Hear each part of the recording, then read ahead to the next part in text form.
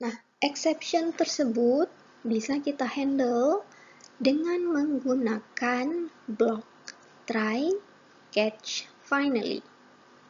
Nah, try ini akan berisi kode program yang berkemungkinan melemparkan exception. Catch ini adalah jika ada exception, bagaimana cara kita menanganinya. Ya. Sedangkan finally itu adalah suatu blok yang akan dilakukan ada ataupun tidak ada exception. Nah, berikut ini adalah contoh yang paling sederhana. Nah, di sini ada pembagian dengan 0, try, int data sama dengan 50/0. Nah, jika ini tidak kita masukkan ke dalam try, maka sewaktu proses run sampai pada baris ini, maka program akan stop, tidak berhenti.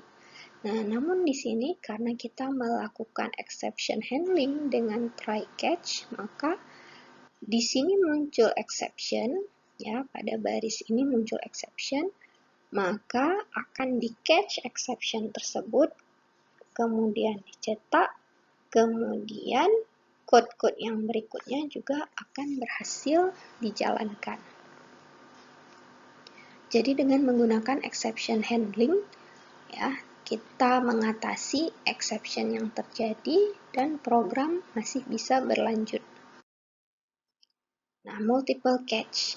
Jadi jika kita membuat coding yang memproses beberapa exception sekaligus, kita dapat menggunakan beberapa catch.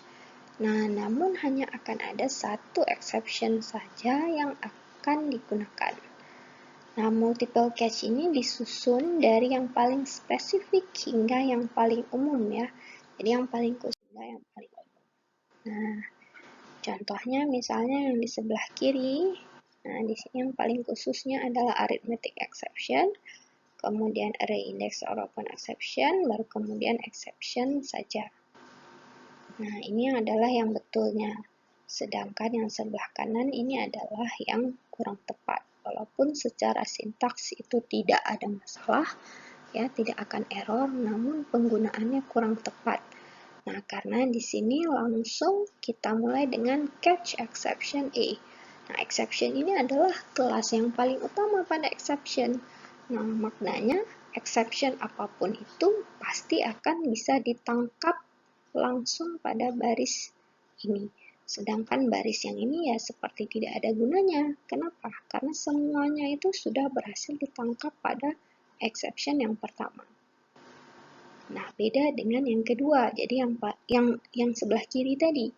Jadi dimulai dari yang paling khusus ke yang paling umum. Jadi kalau yang pertama itu sesuai dilakukan, yang kedua sesuai dilakukan. Nah, jadi kalau tidak ada lagi yang sesuai, barulah yang ketiga exception-nya itu akan dilakukan. Nah, try catch juga kita bisa buat di dalam suatu blok yang nested. Nested itu maknanya bersarang, berada di dalam try yang lain. Contohnya seperti ini. Try, ini yang blok paling luarnya. Kemudian di dalamnya ada try catch yang pertama pembagian. Kemudian ada try catch lagi, contoh array index out of bound, baru kemudian yang terakhir adalah catch-nya. Nah, finally, ya, jadi blok finally ini sebetulnya optional pilihan. Jadi kita buat try catch saja sudah cukup, tapi kalau kita buat finally, silahkan. Nah, finally ini dia akan dilakukan ada atau tidak ada exception. Bisa dilihat pada alurnya seperti ini, ya, jika ada kode program, tidak ada exception, finally dilakukan, ada exception, apakah ditangani, jika ditangani, finally dilakukan, jika tidak ditangani juga finally akan dilakukan. Jadi maknanya kalau ada blok finally, apapun itu kondisinya, maka proses yang ada di dalam blok finally akan dilakukan. Nah, biasanya finally ini digunakan untuk tutup connection ataupun tutup suatu input-output stream. dan lokasinya, ya, posisinya haruslah sesudah blok try dan catch.